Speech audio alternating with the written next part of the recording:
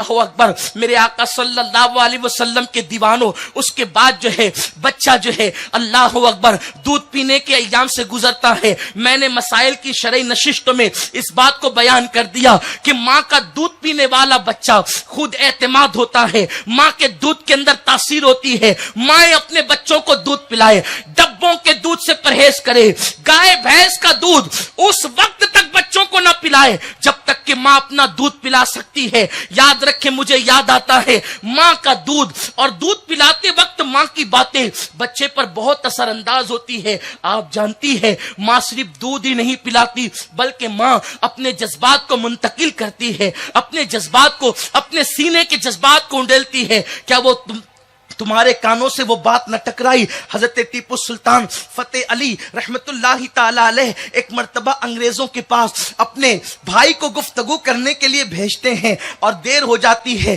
لوگ آ کر کے شکایت کرتے ہیں آپ کا بھائی ہاتھ تو نہیں ملا لیا دشمنوں سے؟ آپ گھر میں آتے ہیں، بوڑھی ماں کو بیٹھا پاتے ہیں۔ ماں نے پوچھا بیٹے فتح علی تیری تکلیف کیا ہے؟ کہا امی آپ کے بیٹے نے مجھے رسوا کر دیا، میں نے گفتگو کرنے اتنے معتمد کو بھیجا تھا، دیر ہو گئی، لوگ کہتے ہیں کہ دشمن سے ہاتھ ملا لیا ہے۔ فتح علی کے بھائی نے اس وقت ٹیپو سلطان کی ماں بیٹھی تھی، کھڑی ہو کر کے بیٹے کی آنکھ میں آنکھ ڈال کے کہتی ہے خبردار میرے بیٹے پہ الزام نہ لگا، میری اولاد نہ مذہب کی غدار ہو سکتی ہے نہ ملک کی غدار ہو سکتی ہے۔ ماں بیٹے میں گفتگو ہوئی، سلطان اپنی ماں کی گفتگو کو ادب سے سن رہے تھے، جواب دینے کا یارہ نہ تھا، جواب دینے کی طاقت نہ تھی۔ تھوڑی ہی دیر کے بعد خبر ملی بھائی واپس آ رہا ہے اور سارے مطالبے منوا کر کے آ رہا ہے۔ سلطان نے اپنی ماں کو دیکھ کر مسکرایا، عرض کیا امی باہر والے بدگمانی کا شکار ہو گئے، کمرے میں بیٹھ کر تمہیں اتنا یقین کیسے تھا کہ میرا بیٹا ملک اور ملت کا غدار نہیں ہو سکتا؟ ماں نے جواب دیا بیٹا تیری ماں نے تجھے اور تیرے بھائی کو کبھی بے وضو دودھ نہیں پلایا، یہ باوضو دودھ کی برکت ہے۔ نہ میرا بیٹا ملک کا غدار ہو سکتا ہے نہ مذہب کا غدار ہو سکتا ہے۔ اے خاتون جنت کی کنیزوں، اس کے بعد کے مراحل آتے ہیں، پھر بچہ چلنے لگتا ہے، پھر بچہ بولنے لگتا ہے۔ اب تو حال یہ ہے توتلی زبان سے اگر بچہ گانے گاتا ہے ماں کو اچھا لگتا ہے، توتلی زبان سے ہیروں کے نام لیتا ہے ماں کو اچھا لگتا ہے۔ اے میری بہن تیرا بیٹا ناچنے کے لیے زمین پر نہیں آیا، تیرا بیٹا گانے کے لیے زمین پر نہیں آیا۔ اپنی اولاد کو اپنے لیے جہنم مت بناؤ، اپنی اولاد کو اپنے لیے جہنم قدا مت بناؤ، اپنی اولاد کو اپنے لیے باقیات صالحات میں سے بناؤ، جنت میں جانے کا ذریعہ بناؤ۔ اے خاتون جنت کی کنیزوں، اگر بچے گانا گنگناتے ہیں، بڑوں سے سن کر گنگناتے ہیں، کسی سے سن کر گنگناتے ہیں، بچوں پر گھر کے ماحول کا بڑا اثر پڑتا ہے۔ پہلی بات یہ عرض کروں، ماں باپ بچوں کے سامنے کبھی لڑائی نہ کریں، اس لیے کہ بچے احساس کمتری کا شکار ہوتے ہیں۔